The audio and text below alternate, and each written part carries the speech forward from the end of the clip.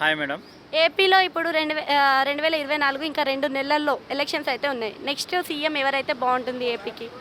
చంద్రబాబు నాయుడు అయితే బాగుంటుంది అనుకుంటున్నాం మేడం. చంద్రబాబు నాయుడు అధికారంలోకి వస్తే ఎలాంటి మార్పులు, ఎలాంటి డెవలప్మెంట్ జరుగుతుందని మీరు ఎక్స్పెక్ట్ చేస్తున్నారు? సాఫ్ట్వేర్ వాళ్ళకైతే ఎంప్లాయీస్ ఉద్యోగాలు వస్తాయి మేడం, అమరావతి డెవలప్ అయితే. ఎందుకంటే సాఫ్ట్వేర్ కంపెనీస్ అన్నీ అక్కడ పెట్టాలనుకుంటున్నారు కాబట్టి అతను వచ్చినాయంటే అవి ఉద్యోగాలు వస్తాయి కదా మేడం. అందువల్ల డెవలప్మెంట్ అవుతుంది కదా మేడం. ఇప్పుడు ప్రజెంట్ అయితే ఆ ఏపీలో ఉన్న వాళ్ళంతా వేరే వేరే చోట్లకి వెళ్ళి ఉద్యోగాల కోసం వెతుకులాడుతున్నారు మేడం.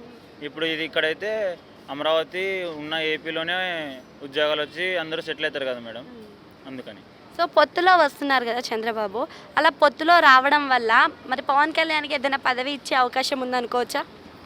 తెలియదు మేడం, అది చెప్పలేము. అది ఎందుకంటే వాళ్ళ ఇద్దరు అండర్స్టాండింగ్ మీద బట్టి ఉంటుంది, అది చెప్పలేము మేడం. విజన్ 2047 కింద మనకి సింగపూర్ చేసి చూపిస్తాను ఆంధ్రప్రదేశ్ అని హామీలు ఇస్తున్నారు చంద్రబాబు. సో చేయగలిగే సత్తా ఉందనుకోవచ్చా? పూర్తిగా దానంతగా చేయొచ్చు అనుకోలేం, కానీ దాంట్లో కొంచెం భాగమన్నా చేయగలడు మేడం.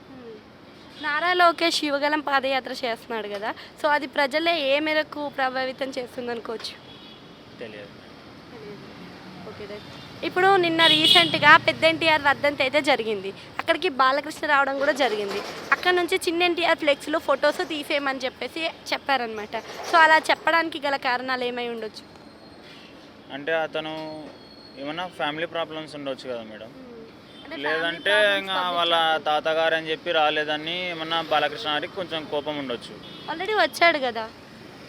మళ్ళీ అదే కాకుండా తారక రత్న చనిపోయినప్పుడు కూడా చిన్న చూపు చూశాడని చాలా వచ్చాయి, ట్రోల్స్ వచ్చాయి, ఇంకా న్యూస్లో కూడా వచ్చింది కదా. తెలియదు మేడం నాకు. ఓకే. ఇప్పుడు వైఎస్ఆర్సీపీ మనకి వైనాట్ 175 అంటుంది. మరి వైనాట్ 175 అన్నప్పుడు ఎన్ని సీట్లు రావచ్చు అనుకోవచ్చు? చెప్పలేం మేడం, ఎందుకంటే అది ఓటింగ్ ఎలక్షన్ బట్టి ఉంటుంది కదా మేడం. అది మన ఒపీనియన్ అయితే వస్తుంది, రాలేదని అయితే చెప్పలేము. ఓటింగ్ అయిపోయిన తర్వాత అయితే చెప్పగలం అది.